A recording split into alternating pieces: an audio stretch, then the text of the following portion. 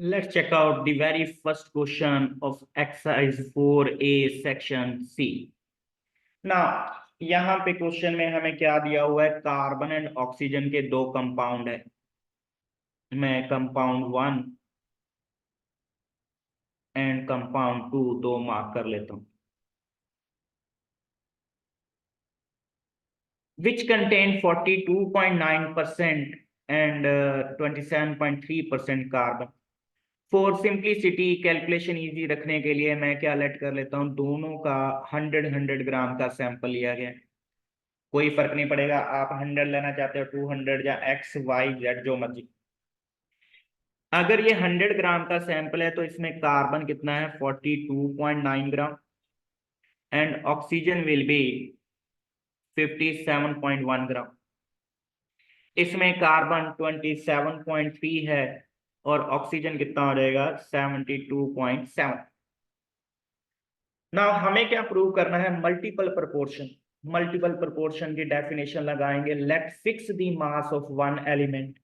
मैं एक एलिमेंट का मास फिक्स कर लेता हूं। Let mass of carbon 1 gram कर लेते, जितना मर्जी कर लो, कोई फर्क नहीं पड़ेगा। अब हमें एक डाटा क्या बता रहा है? 42.9 ग्राम के साथ 57 ग्राम ऑक्सीजन जुड़ता है।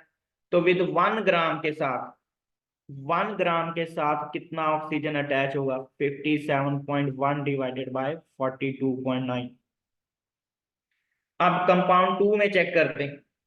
27.3 के साथ 72.7 ग्राम ऑक्सीजन था, तो 1 ग्राम कार्बन के साथ कितना ऑक्सीजन जुड़ेगा? 72.7 डिवाइडेड बाय 27.3। अब हमें क्या, इसको फर्दर सिंप्लीफाई करें। ये आ रहा है मेरा 1.33 और ये आ रहा है 2.66। अगर ये रेशो, ये मास किसके साथ है? फिक्स्ड मास ऑफ कार्बन के साथ। अगर ये रेशो या इनकी रेशो अगर सिंपल आ रही है, दोनों कंपाउंड मल्टीपल प्रोपोर्शन फॉलो कर रहे हैं। Let's see. तो मेरे कंपाउंड 1 में ऑक्सीजन का मास, मेरे कंपाउंड 2 में ऑक्सीजन का मास, उनकी रेशो अगर सिंपल आई तो वी हैव मल्टीपल प्रोपोर्शन, और ये सिंपल ही आ रही है, तो it is multiple proportion. Let's check out question number second of exercise 4A section C. मेरे पास दो एलिमेंट है एक्स एंड वाई। इनको यूज करके तीन कंपाउंड बनाए गए हैं, ए, बी एंड सी। जब ये तीनों कंपाउंड बनाए गए हैं, अगर इनमें हम लोग एक्स का मास फिक्स कर दें,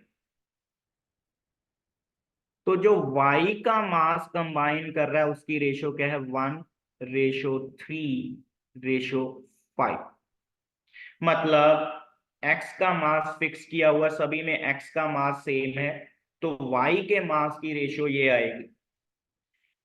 वहीं पे हमारे पास दिया हुआ 32 parts by mass of x combined with 84 in y, with y in B. मैं कंपाउंड बी की बात कर रहा हूं। Compound B x and y से मिलके बना। उसने दिया हुआ है 84, सॉरी, कंपाउंड बी में 32 ग्राम एक्स जो है कंबाइन कर रही है विद 84 ग्राम ऑफ वाई। अब ये हमें क्वेश्चन में दिया हुआ। देन इन सी 16 ग्राम या 16 पार्ट्स जो मास है वो कितने वाई के साथ कंबाइन करेगा? ये हमारा क्वेश्चन। तो 16 के साथ करना है तो मैं क्या कर रहा हूं, बी में भी 16 ही, 16 के कोरस्पॉन्डिंग ही वाई का डाटा निकाल लेता हूं। तो 16 ग्राम एक्स 42 ग्राम वाई के साथ क्या करेगा? कंबाइन।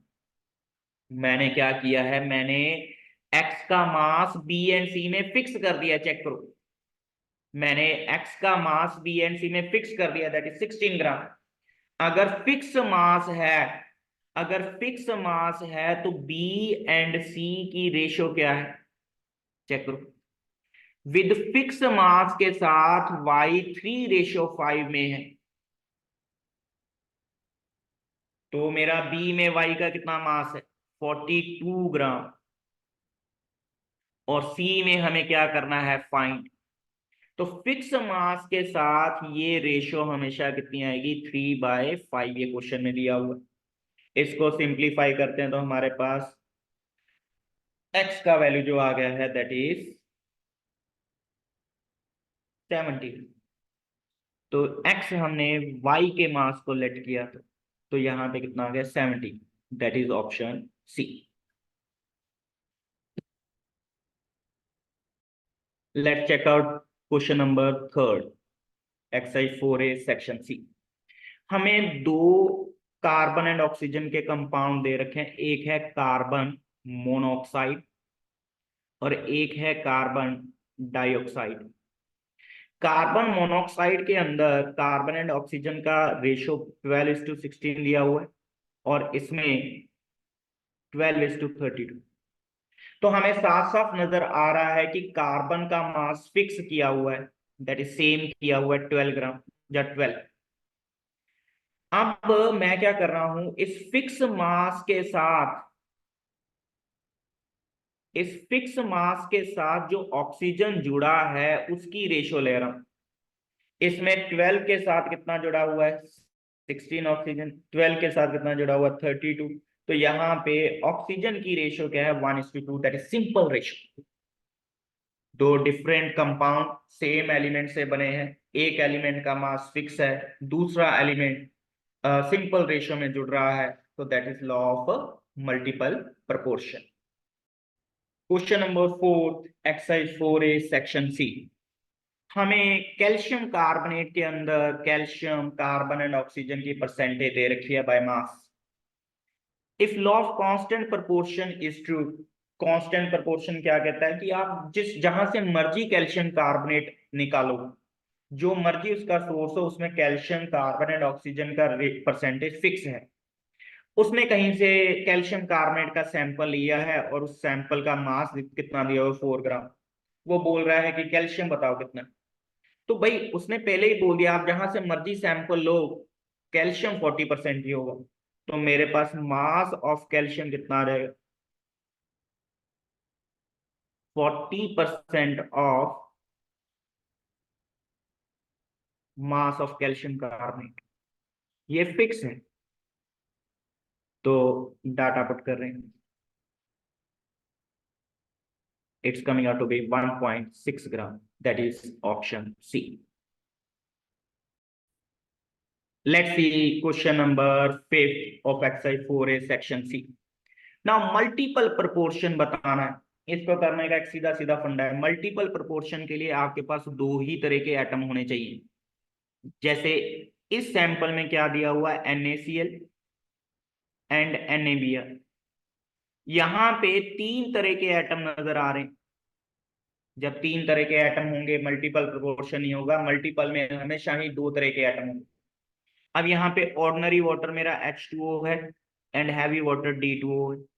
तीन तरह के एटम नजर आ रहे हैं, hydrogen, deuterium and oxygen. Caustic soda and caustic potash, one is NaOH, another one is KOH। फिर से तीन तरह के, इनफैक्ट चार तरह के एलिमेंट नजर आ रहे हैं, potassium, oxygen and hydrogen. Sulphur dioxide and sulphur trioxide, यहाँ पे दो ही तरह के एटम है, सल्फर एंड ऑक्सीजन। अब यहाँ पे सल्फर का मास फिक्स कर लो, कितना कर लेते हैं, 32। 32 32 के साथ ऑक्सीजन कितना है, 32। यहाँ पे ऑक्सीजन कितना हो गया, 48। तो फिक्स मास ऑफ सल्फर के साथ मैं ऑक्सीजन की रेशियो चेक कर रहा हूँ, it's coming out to be 2:3, simple ratio. तो ये मेरा मल्टीपल प्रोपोर्शन फॉलो कर। तो हमें कैलकुलेशन करने की जरूरत नहीं पड़ती। अगर आपके दो ही तरह के एटम इन्वॉल्व हैं और दो से ज्यादा कंपाउंड है, तो वो मल्टीपल फॉलो करेगा ही करेगा।